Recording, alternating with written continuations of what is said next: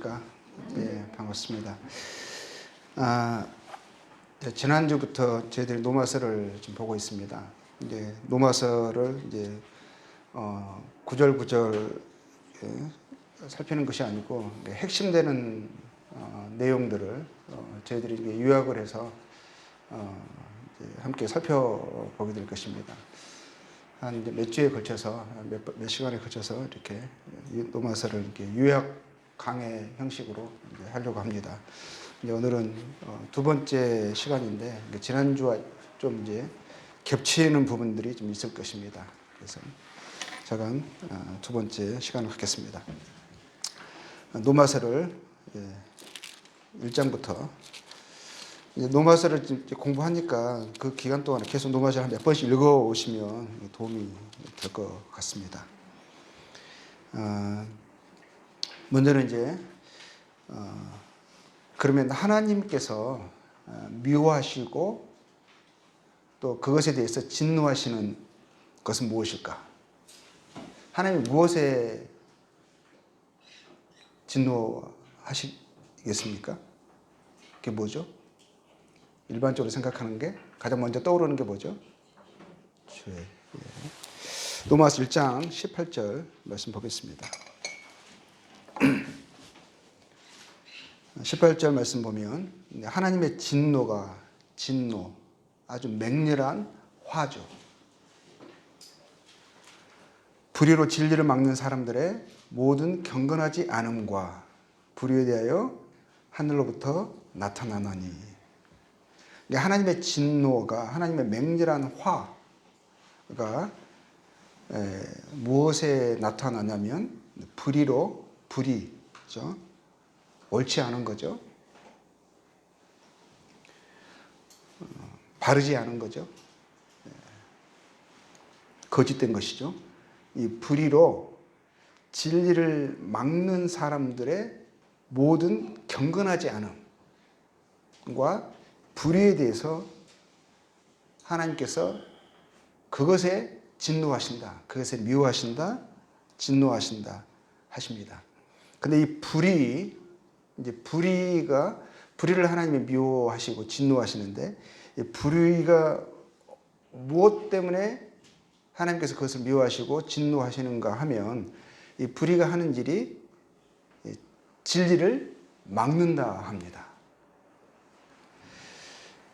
그러니까 진리가 나타났어요. 계시됐어요.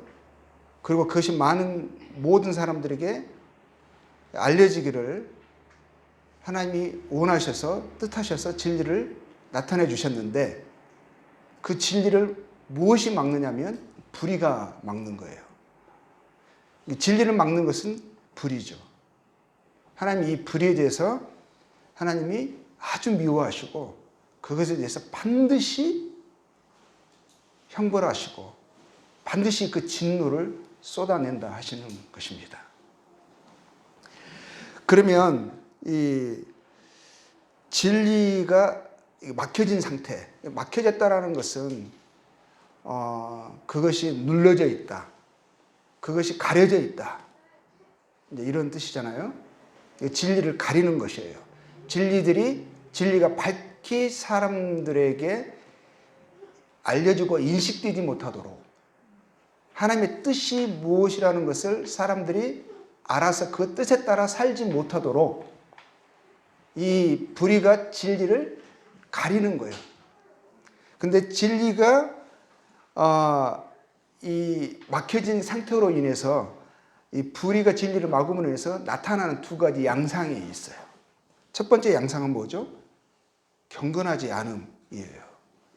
이 경건하다는 것은 영어로 하면 ungodly 이러거든요. 이 경건하지 않다는 이 말이 이제 무슨 뜻이냐면 영어로 보면 하나님이 없는 그 의미가 담고 있는 것이 경건하지 않는다는 그 의미가 담고 있는 것이 그러니까 하나님이 없는 상태. 그러니까 하나님에 대한 무지, 하나님을 믿지 않는, 하나님을 거절한 이런 의미인 거예요. 그러니까 이 불의가 뭐냐면 결국 하나님에 대해서 인식하지 못하도록, 하나님을 신뢰하지 못하도록, 하나님이 누구시라는 것에 대해서 바르게 파악하고 인식하고 그 하나님을 믿고 신뢰하지 못하도록 하는 거죠. 그러니까 진리가 막혀진 그 상태가 결국 하나님에 대한 무지죠. 무지가 나옵니다. 불신, 무신앙이 나오는 거죠. 그래서 이 경건하지 않음, 결국 이제 하나님을 알지 못하도록, 하나님이 어떤 분이신가에 대해서 바른 인식을 갖지 못하도록, 이제 그런 상태가 경건하지 않으면 상태가 주어지잖아요. 그럼 어떤 현상이 일어나느냐? 그 다음에 모든 경건하지 않음과 그 다음에 일어나는 것이 뭐죠? 이 불의. 똑같은 단어를 쓰긴 썼지만 이제 다른 개념이죠. 이 불의는 뭐냐면, 불의는 경건하지 않음을, 하나님에 대한 무지, 하나님의 뜻에 대한 바른 지식에서 벗어난, 어긋난 그 상태로 인해서 나타난 양상이에요. 나타난 결과입니다. 현상이죠. 그게 뭐냐면 불의인데, 불의는 행실을 이야기하고 있어요. 행실. 삶의 방식이죠. 그러니까 참 하나님을 알지 못함으로, 참 하나님의 뜻에 대해서 무지함으로 인해서 사람들이 살아가는 삶의 형태를 이야기하고 있는데, 그 삶의 형태가 무엇이냐? 불이라는 형태로 현상으로 드러난 거예요. 그것에 대해서 하나님이 뭐라고 말씀하시죠? 미워하시고 진노하신다 하시는 거예요. 반드시 상응한 형벌로 보응하신다, 이런 것입니다. 그러면 우리가 이제 이 불의가 진리를 막았다고 했잖아요. 그럼 막혀진 진리가 무엇일까? 진리가 막혔습니다. 막혀진 진리가 무엇이겠어요? 우리가 금방 말씀드린 것처럼 경건하지 않음과 불의한 행실을, 이제 그 결과를 우리가 인식하게 될 때, 결과를 우리가 보면 알 수 있는 게, 그 막혀진 진리가 무엇일까?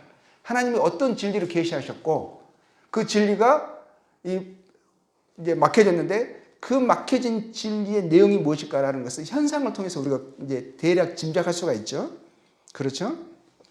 이제 첫 번째 이제 양상이 두 가지라 했잖아요. 뭐 경건하지 않음과 불의한 불의였었으니까 그 막혀진 진리가 이것과 연관이 있는 거죠. 첫 번째는 이제 생각할 수 있는 것은, 막혀진 진리는 이제 방금 말씀드린 대로 하나님에 대한 거예요. 하나님의 실존, 살아계신 하나님에 대한 실존, 또 하나님의 임재, 그 하나님의 능력, 영원하신 능력, 하나님의 신성, 하나님의 성품이시죠. 우리는 인성이잖아요. 사람이니까 인성이라고 그러죠. 인간의 성품인 거죠. 인격인 거죠. 하나님은 신성이라고 했습니다. 신이시니까. 그렇지만 인격을 이야기하는 거예요. 성품을 이야기하는 거예요. 하나님이 누구신가에 대한 것이죠.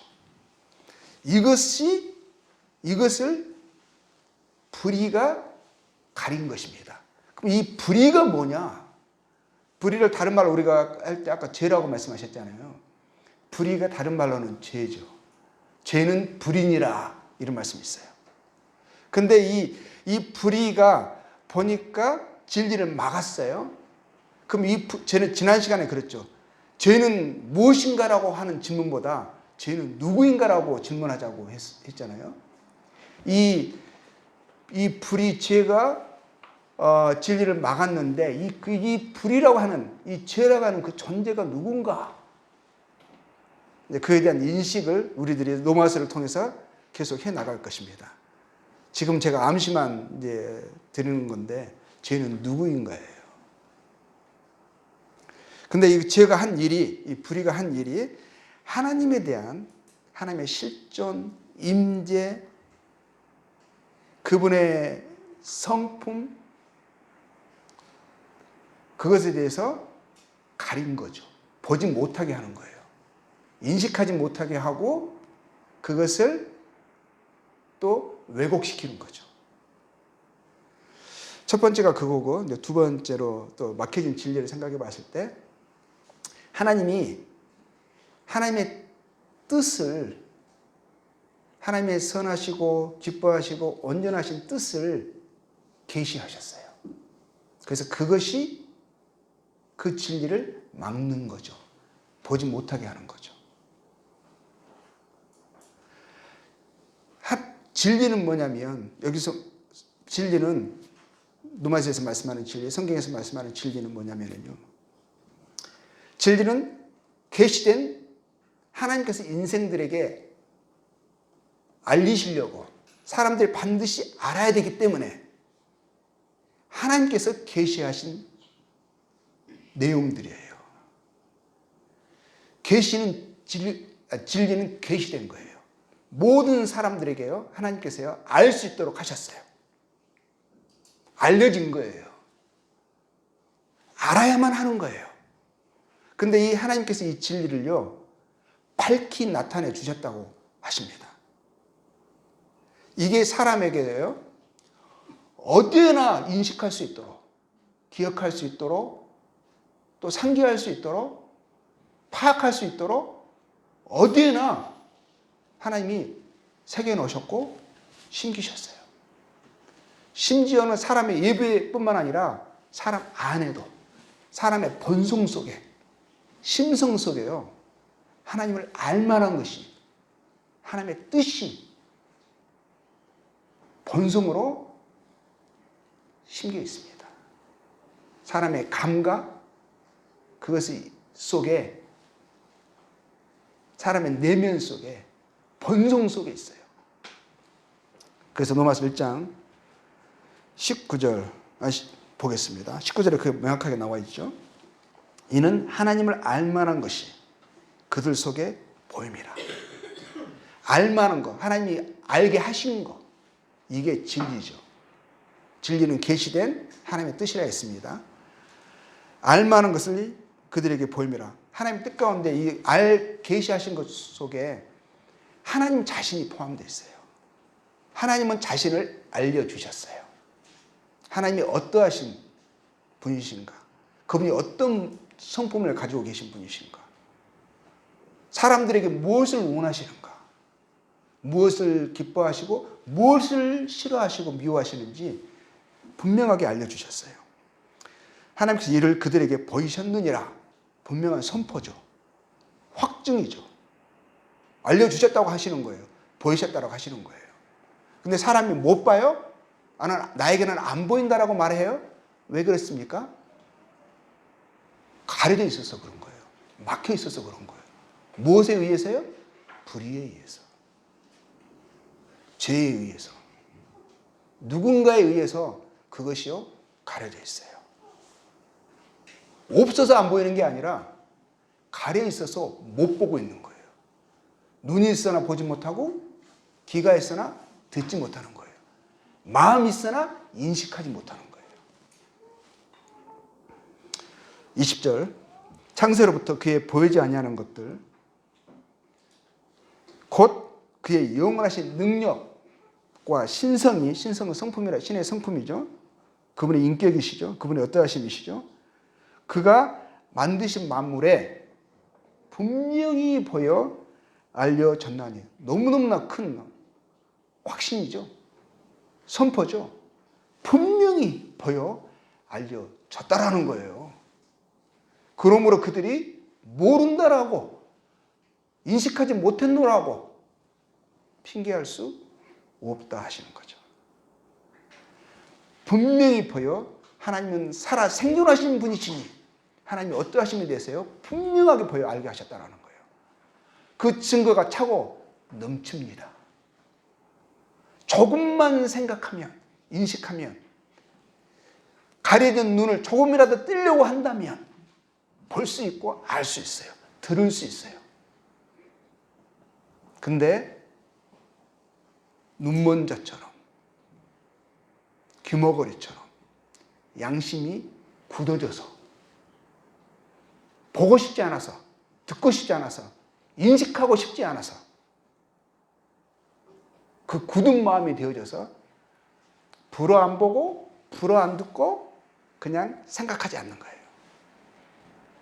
그래서 없다라고 말을 하는데, 나는 몰랐다라고 말을 하는데 하나님이 분명히 말씀하시죠. 네가 알잖아. 모른다라고 네가 양심적으로 말할 수 있어? 핑계하지 못할지니라라고 분명하게 말씀하시죠. 그래서 나중에 이것이 이 막혀진 부분이 열린, 진리가 막혀졌잖아요. 막혀진 진리가 열려진 사람들이 고백은 달라집니다.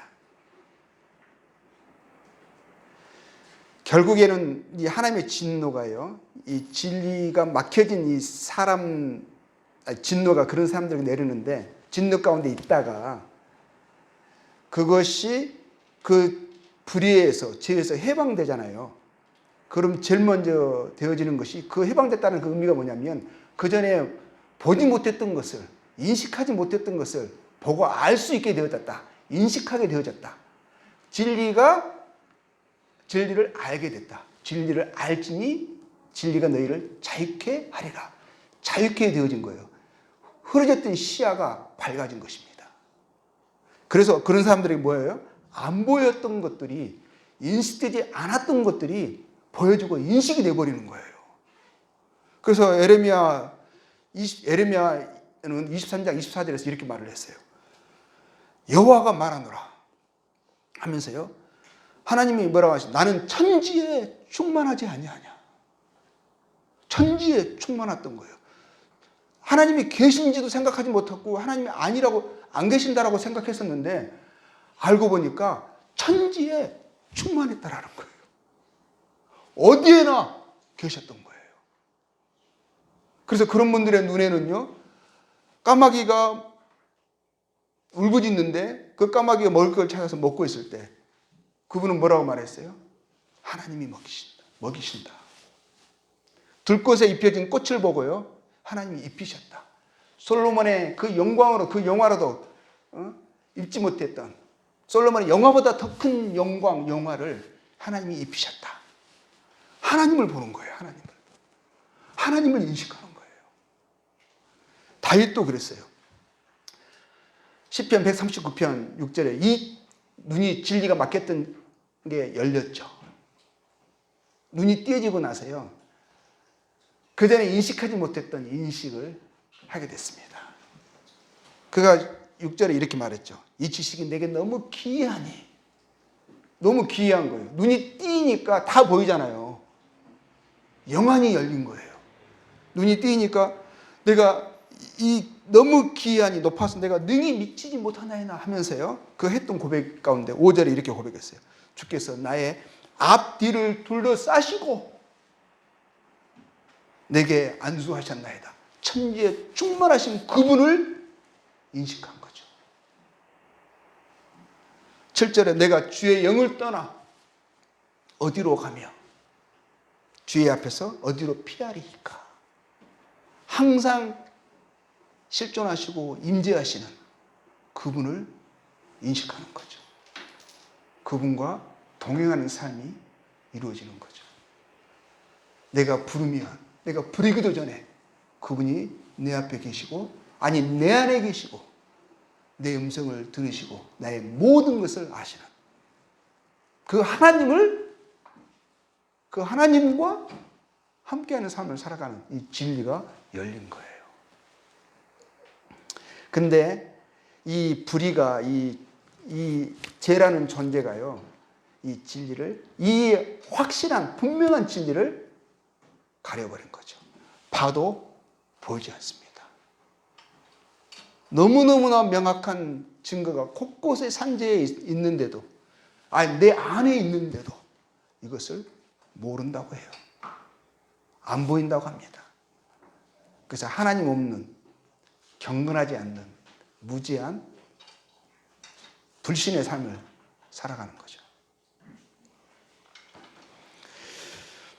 이 하나님에 대한 진리를 막음으로 인해서 나타난 현상, 결과가 또 기록이 되어 있습니다. 21절.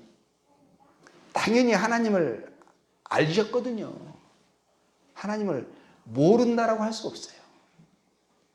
하나님을 알면 어떻게 됩니까? 그 하나님을 영화롭게 하고자 하는 마음의 소욕이 일어나는 거예요. 그분은 너무 크고 존귀하신 영원하신 하나님이신 거예요.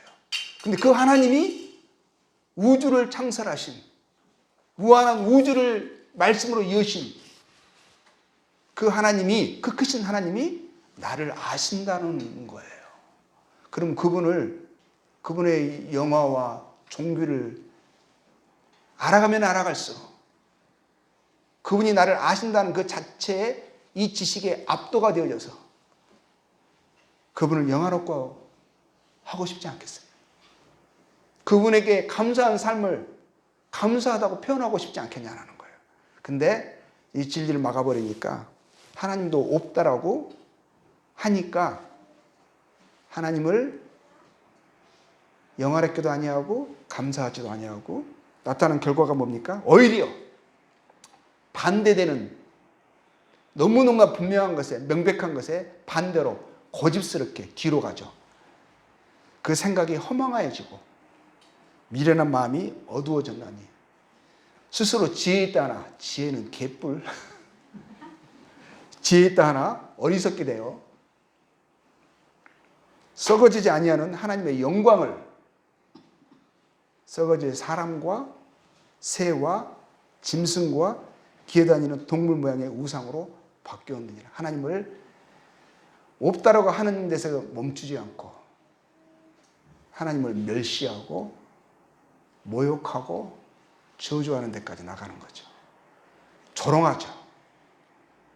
자기가 손으로 무언가를 만들어 놓고 하나님이다 하면서 허허허 웃는 거죠.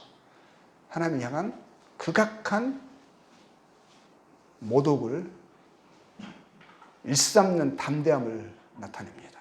그러면서도 두려움이 없어요. 이게 무슨 모습이죠? 계속 24절 읽습니다. 그러므로 하나님께서 그들을 마음의 정욕대로 들어오며 내어버려 주사. 근데 하나님이 계속 계시죠.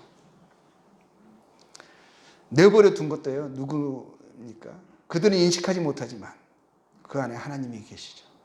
하나님이 내버려 두셔. 그들이 보지 못하지만 하나님은 안 계시는 것이 아니라 그 가운데 계십니다.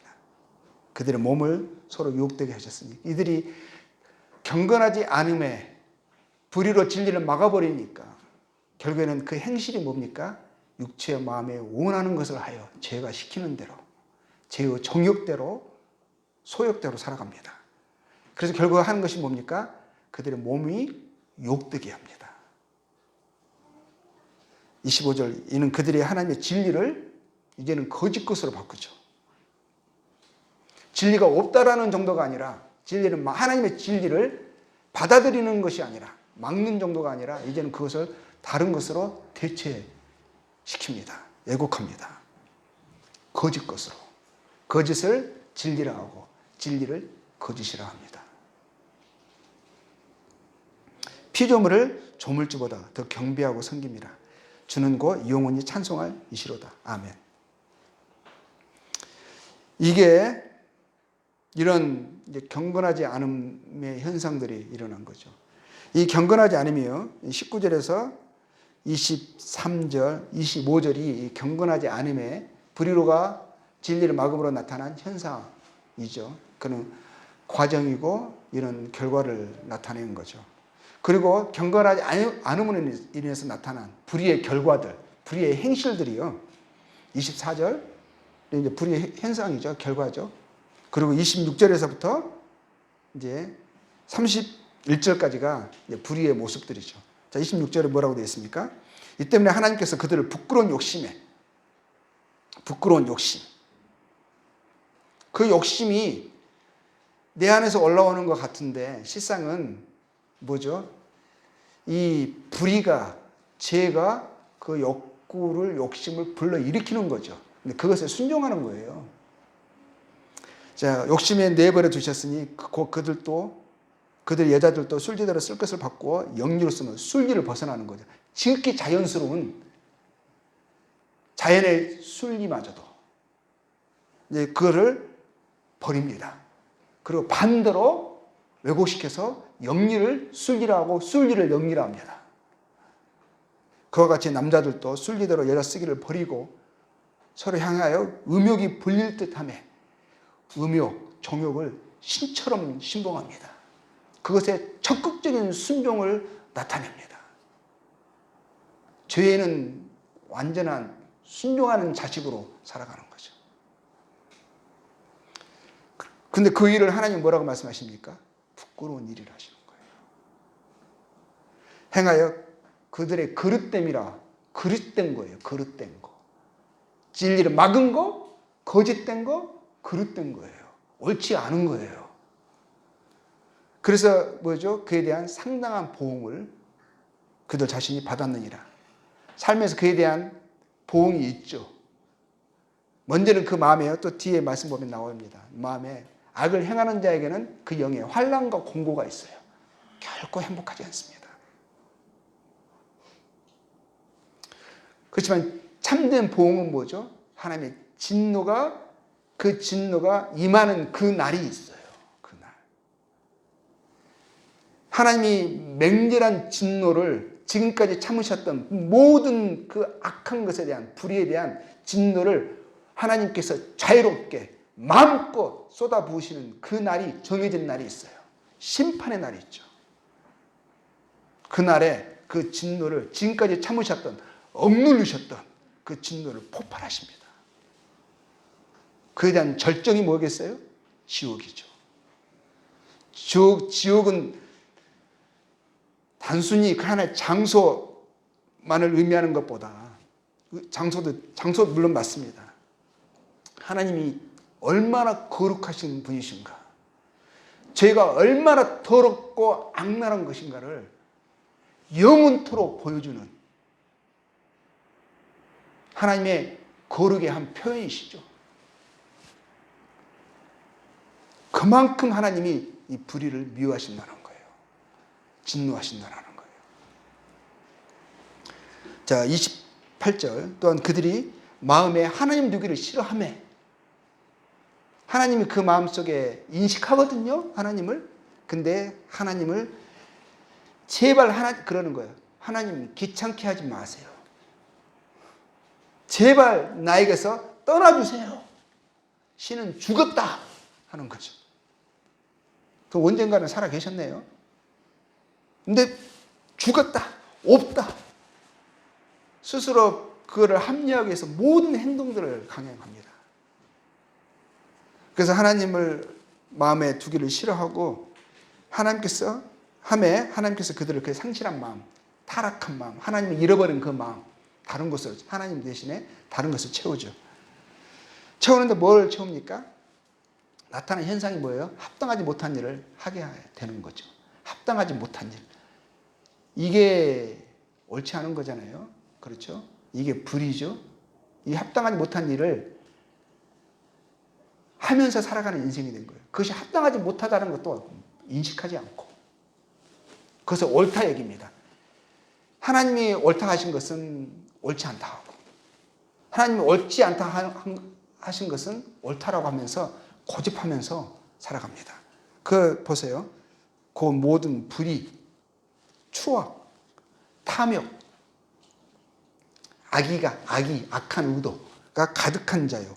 시기하는, 살인, 분쟁, 사기, 악독이 가득한 자요. 수군수군하는 자요. 비방하는 자요. 하나님께서 미워하시는 자, 하나님을 미워하는 자요. 능욕하는 자요. 교만한 자요. 자랑하는 자요. 악을 도모하는 자요. 부모를 거역하는 자요. 우매한 자요. 배약하는 자요. 무정한 자요. 무자비한 자라. 이것이 다 뭐예요? 이것이 불의의 행실이죠. 특징이 뭡니까? 하나님의 신성, 하나님의 성품과 반대되는 것들이에요. 하나님의 어떠하심과 어긋나는 거죠. 보니까 이거 특징이 뭡니까? 사랑 없음이에요. 사랑 없음. 그건 무엇에 대한 사랑입니까? 또 사랑도 있어요. 자기 정욕, 소욕, 욕구, 철저한 자기 중심이죠. 그런데 그 자기 중심이 뭡니까? 내 육체를 즐겁게 하는 거예요. 몸을 욕되게 하는 것에 대해서는 그걸 합당하다 여깁니다. 이게 뭡니까? 속고 있는 거예요. 속고. 누구에게요? 불의에게, 죄에게. 근데 32절에 하나님이 근데 그들이 이 같은 일을 행하는 자는 사형에 해당하다고 하나님께서 정하심을 알거든. 근데 하나님이 정하셨어요. 내가 하나님께서 이것을 사형에 해당하다고, 사망이라고. 죄는 죄의 싹은 사망. 죄에 대한 하나님의 보응은, 대답은 죽음입니다. 사망입니다. 죄와 사망은 항상 합일체예요. 함께 가요. 왜냐하면 하나님이 정하셨기 때문에. 근데 자기들만 행할 뿐 아니라 또한 그런 일을 행하는 자를 옳다. 서로 괜찮아. 다 그렇게 살아가는 거야. 인생이 그래. 욕심이 연약하잖아.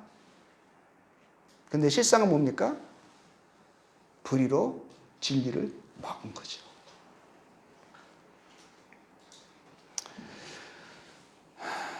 근데 하나님이요, 또 이 사람에게요, 사람의 마음속에요, 하나님의 거룩한 뜻을 아는 기능이 있어요. 기능.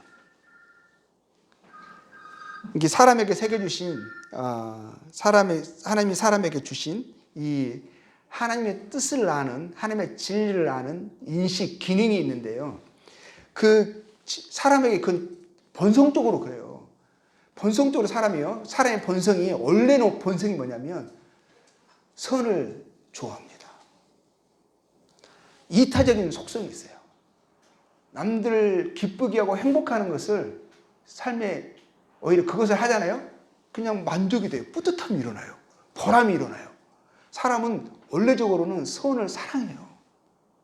사랑을 존귀하게 여겨요. 이타적인 사랑을. 그게 왜냐하면 하나님이 사람에게 본성적으로 심기신, 사람이 하나님을 아는 것을, 하나님의 뜻을 아는 것을 사람에게 심기셨기 때문에 그런 거예요. 그 기능이 뭐냐? 양심이죠, 양심. 자, 1장, 2장 15절 보면, 그러니까 사람의 마음속 옳고 그름을 아는, 하나님을 아는, 하나님의 뜻을 아는 기능이 있다라는 거죠. 인식이 있다라는 거죠. 2장 15절에 이런 이들은 그 양심이 증거가 돼요.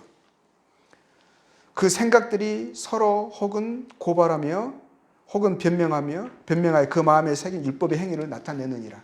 그러니까 하나님의 기록된 진리의 말씀을 문서로 갖고 있지 않다고 할지라도, 그러나 하나님 뜻은 몰랐네?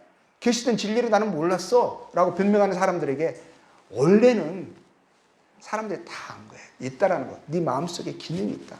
그 생각들이, 양심이 너를 송사하지 않았느냐? 너를 고발하지 않았느냐? 네 그거 무시했잖아. 네가 하고 싶은 거, 부끄러운 일, 합당하지 않는 일을 하려고 그것들을 거절했잖아. 그것이 단순한 양심의 거절이 아니라 하나님에 대한 거절이었어. 사람은 뭐든지 본성적으로 있습니다. 그래요. 하나님을 알만한 것이 있다라는 거예요. 그래서 지금까지 불의로 가리고 살았을 뿐인 거예요. 근데 하나님이요, 더 분명한 것을 주셨어요. 분명한 거. 진짜 문서로 주신 거예요. 문서로. 하나님의 진리를 한 민족을 통해서 선택하셔가지고 그 민족 가운데 선지자라고 하는 하나님의 뜻을 그들에게 알려주셔서 그들을 전하게 하고 기록하게 하신 이 선지자들을 통해서요, 하나님이 주신 게 있습니다. 그게 뭡니까? 율법이죠. 율법, 하나님의 법이라고 합니다. 그래서 구약에는요, 율법과 선지자들, 그 하나님의 뜻을, 계시된 뜻을 사람들에게 전달하고 그것을 기록한 사람들을 선지자들이라고 하죠. 그래서 구약을 총칭해서요, 율법과 선지자들 이렇게 표현을 합니다. 근데 하나님과 하나님의 존재와 하나님의 어떠하심과 또 하나님의 지극히 선하신 뜻을요, 계시하신 게 율법이죠. 그래서 율법을 보면은요, 옳고 그름에 대한 명확한 분배를 할 수가 있어요. 그래서 하나님께서 무엇을 기뻐하시고 무엇에 대해서 미워하시고 진노하시는지 명확하게 인식할 수 있도록, 알 수 있도록 주신 거죠. 그래서 이 율법을 뭘처럼 표현하냐면 마치 빛처럼 이야기해요. 빛. 흑암과 사망의 그늘 아래 앉아 있었던 사람들이 무엇이 옳고 그른지도 분간할 수 없었던 그런 인생들에게 빛으로 임한 거예요. 그래서 하나님이 참 하나님이 어떤 분이시고 그분이 무엇을 기뻐하시고 무엇을 미워하시고 그리고 생명에 대해서 사망에 대해서 영생에 대해서 영원한 행복에 대해서 이것이 하나님의 진리를 구체적으로 문서화해서 드러내준 거예요. 근데 이것을 먼저 유대인들에게 주셨습니다. 그래서 먼저는 유대인에게요. 이렇게 나오는 겁니다. 유대인에게 먼저 주셨어요. 근데 유대인에게 줬는데 유대인들이 이 하나님의 율법을 받은 율법을 오해를 했어요. 그리고 오용을 했어요. 율법을 아는 지식을 율법을 받은 거예요. 이건 엄청난 특권인 거죠. 빛을 받은 것과 똑같은 거예요. 어둠 가운데 있는 흑암과 사망의 골짜기 가운데서 갈 바를 알지 못하고 있었던 인생들에게요, 빛이 임한 거예요. 근데 빛이 조졌단 말이에요. 그럼 빛이 그 빛의 역할을 하려면 뭐 해야 되겠어요? 빛을 통해서 어둠을 보고 갈 길을 빛이 밝히잖아요. 그럼 그 길로 가야 되는 거거든요. 근데 빛을 받았는데 빛을 잘못 사용하는 거예요. 빛이 비춰주는 대로 안 가. 빛이 비쳤는데 반대로 가. 자기 마음대로 빛을 잘못 오용해서 사용하고 있는 거예요. 다른 목적으로 사용하고 있는 거예요. 이게 유대인들의 문제였었죠. 그 빛으로 그것을 통해서 빛할 것을 안 비치고 다른 것에 비치는 거예요.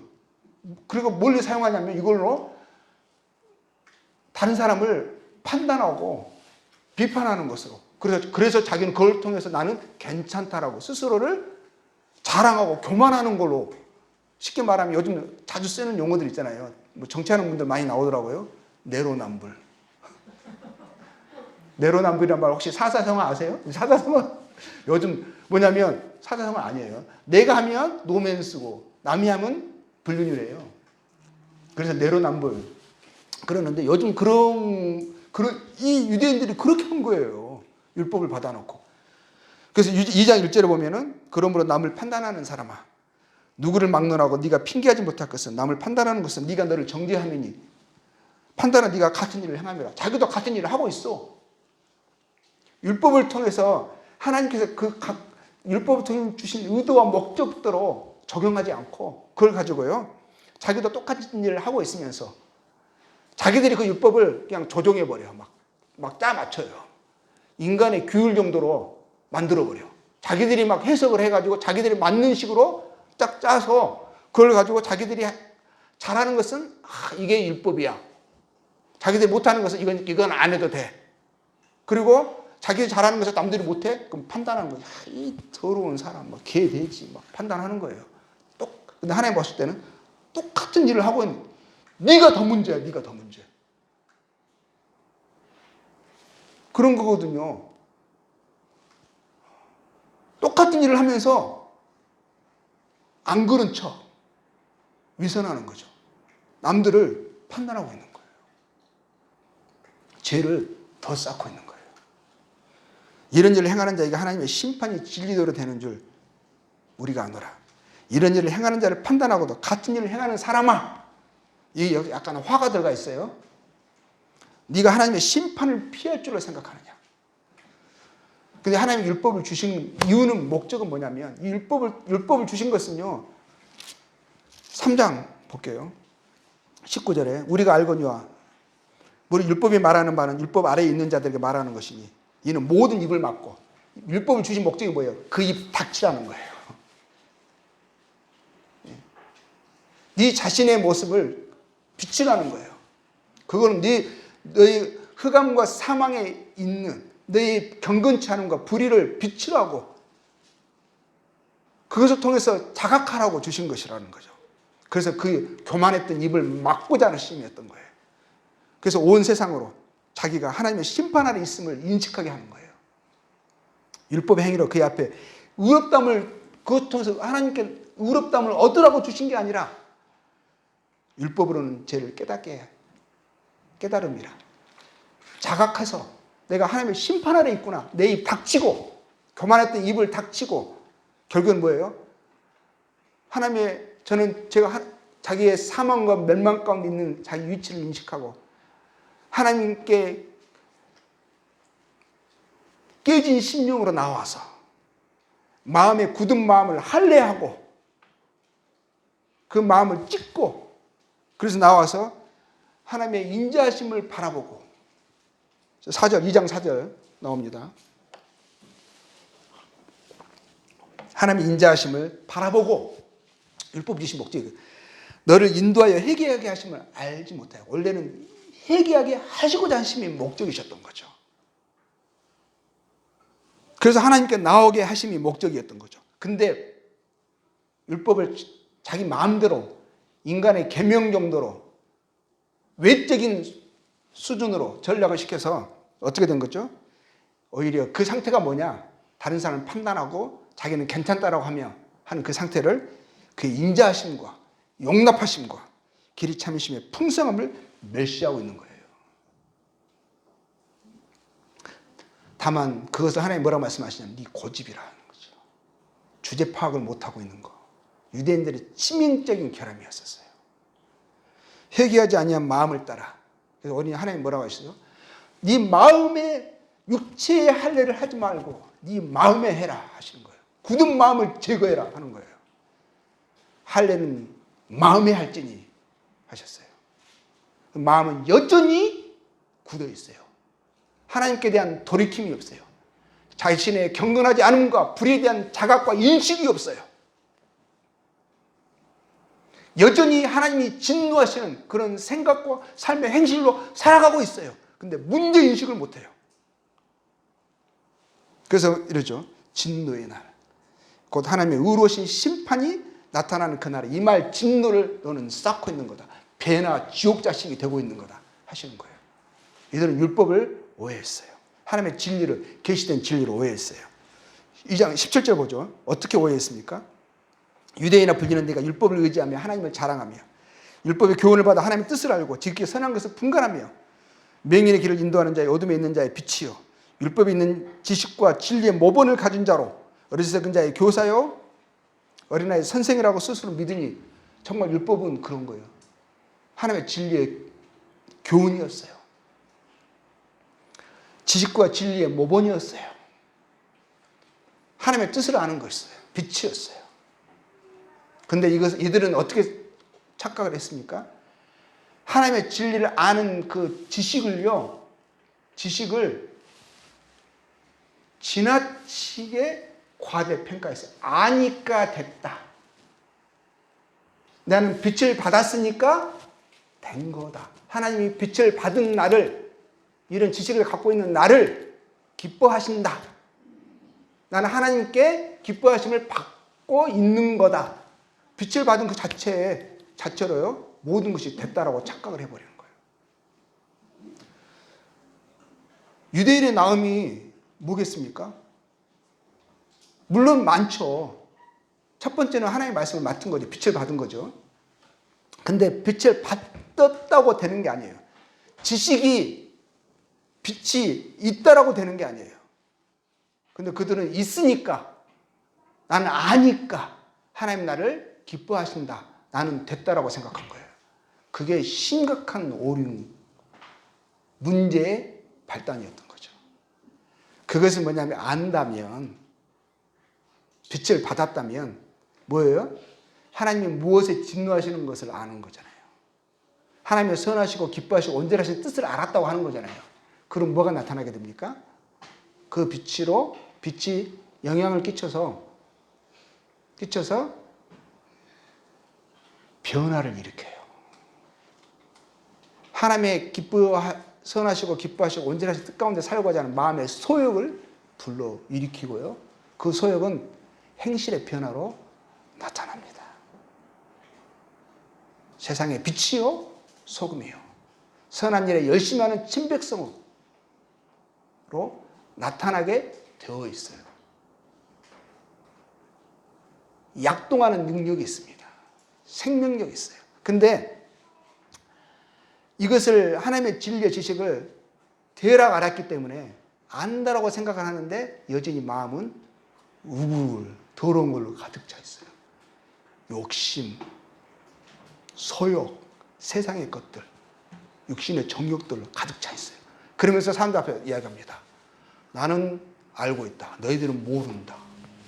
이 무지한 자들, 불신자들 너무너무 착각하고 있는 거예요.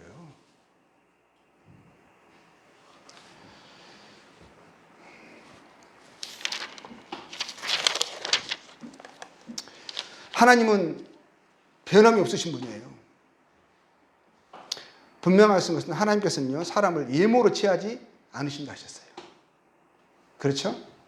안다고, 유대인이라고, 아브라함의 자손이라고, 교회에 나온다고, 예수님의 이름을 부른다고 그냥 예모로 사람을 취하지 않으신다는 거죠. 참 하나님, 그의 진리를 아는 것을 물론 하나님 기뻐하시죠. 그것이 시작이니까요, 시작. 그렇죠? 그래서 이 하나님의 진리는 선포되어야 합니다. 사람들이 반드시 알아야만 하는 거예요. 그래야 시작할 수 있으니까요. 그러나 그 진리의 또 지식이요, 막아져서 여전히 경건하지 않으므로 살아간다면, 그래서 그 결과로 불의한 행실들이 그의 삶에 여전히 주장되어 나타난다면, 오히려 유대인처럼, 유대인의 가오, 그 판단하고 또 교만한 그런 모습으로 나타난다면, 여전히 마음에 할례받지 못한 그 상태로 살아간다면, 하나님 앞에서가 아니라 그의 선하시고 기뻐하시고 온전하신 뜻 가운데 살아가기를 힘쓰고 그것이 마음의 소원이 돼서 그의 몸과 삶을 이끌어가는 동력이 되지 못한다면, 그래서 그러한 데서 자라가지 못한다면, 그런 삶을 하나님이 기뻐하시겠는가? 유대인이 그랬던 것처럼 하나님의 법을, 하나님의 말씀을, 하나님의 빛 대신 진리의 지식과 진리의 모본을 가졌다는 그 자체로 하나님이 그들에게 기대하실 것이 있었어요. 그냥 주신 것은 가졌으니까 너는 됐다, 너는 특별한 존재야, 이런 의미가 아니라 그걸 통해서 옳고 그름을 판단하게 된 거잖아요. 그러면 하나님의 뜻 가운데 살고자 하는 마음의 소원이 당연히 일어나고 그런 삶을 살아갈 수 있게끔 하는 거거든요. 근데 그런 유대인들 하나님 기뻐하지 않으셨어요. 진리는요, 반드시 역사합니다. 하나님은 진리심이라 하셨어요. 진리를 알면 진리는 자유케 하고 변화시키고 이 능력이 있어요. 진리는 성장시킵니다.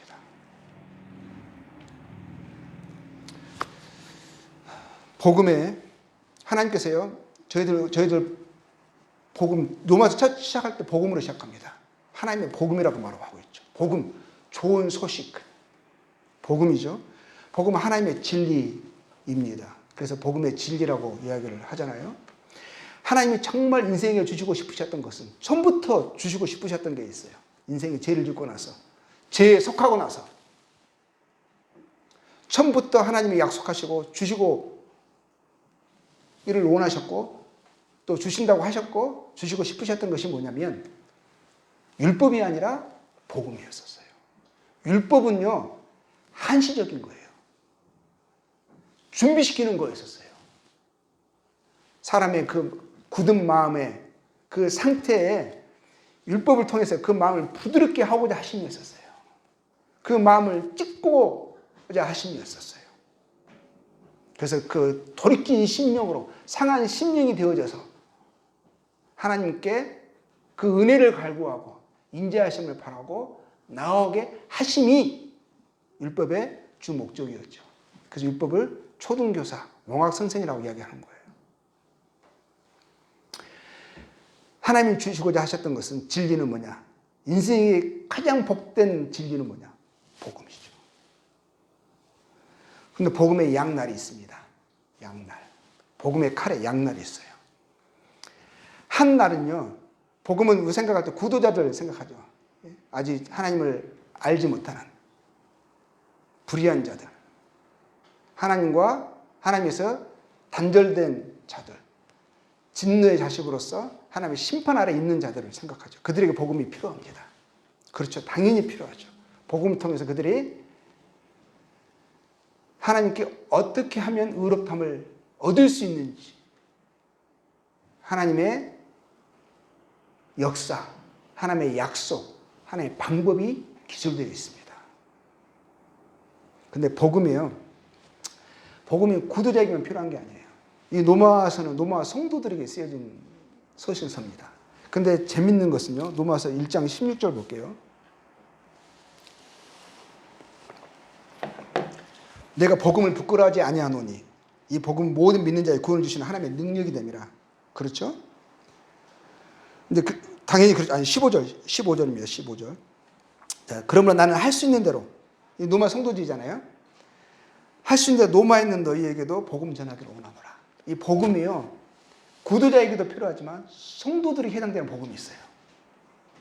같은 내용이에요. 근데 적용하는 범위가 다릅니다. 이 구도자들에게만 복음이 필요한 게 아니라 성도들이 들어야 할 복음이 있어요.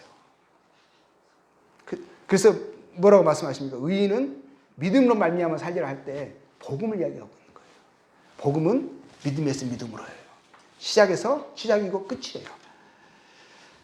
그래서 우리가 어떻게 하나님께 의롭다함을 받는 거, 하나님의 심판 아래 있는 인생들이 어떻게 하나님께 은혜를 입어서 생명을 얻고 하나님의 영광에 참여할 그런 자격을 얻게 되는지, 그런 부분이 복음에 소설되어 있고, 그 측면을 칭의라고 합니다. 칭의. 칭의는 의롭다 여김을 받는 거죠. 그리고 또 하나는 또 성화적인 측면이 있어요.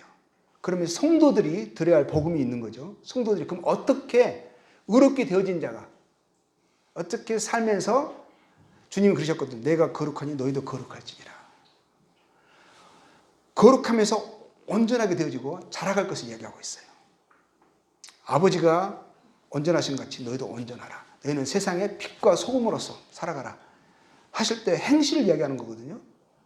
성화의 과정, 주님을 닮아가는, 성장해가는 그런 것을 이야기하는데 그 측면을 성화라고 합니다. 그래서 노마서 다음 시간부터 이제는 칭의적인 측면과 성화적인 측면을 계속 저희들이 살펴보고자 합니다.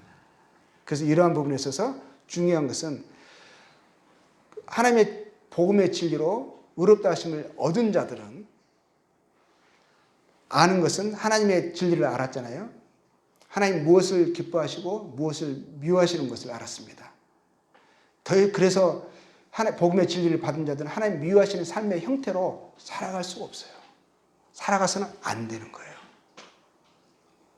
그래서 노마서를 보면은 1장 이전의 장면에서부터 나중에 복음의 진리로 변화되어 가는 사람들이, 그들의 눈이 열리고 귀가 열리고 또 마음이 변화되어서 그 삶에서 어떠한 성도의 복음에 합당한 삶이 어떻게 변화되어 나가고 성장되어 나가는 측면들이 나와요. 눈이 열려서 하나님을 보게 되고 하나님과 동행하게 됩니다. 그리고 그것이 그들의 삶의 강권이 되어지고 능력이 되어서 이제는 사랑하는 사람이 되어가는 거예요. 율법의 목적이었던 사랑을 이루는 사람, 사랑에서 자라가는 사람이 되어갑니다. 이제 그런 측면들을 저희들이 계속 노마서를 통해서 살펴볼 것입니다. 그래서 계속적으로 노마서를요, 계속 읽고 오시면 제가 구절구절을 다 이렇게 읽으면서 살펴보지 않기 때문에, 여기저기에서 살펴보기 때문에 한번 읽고 오시면 이해하시는 데 많은 도움이 되리라 생각합니다. 예, 감사합니다.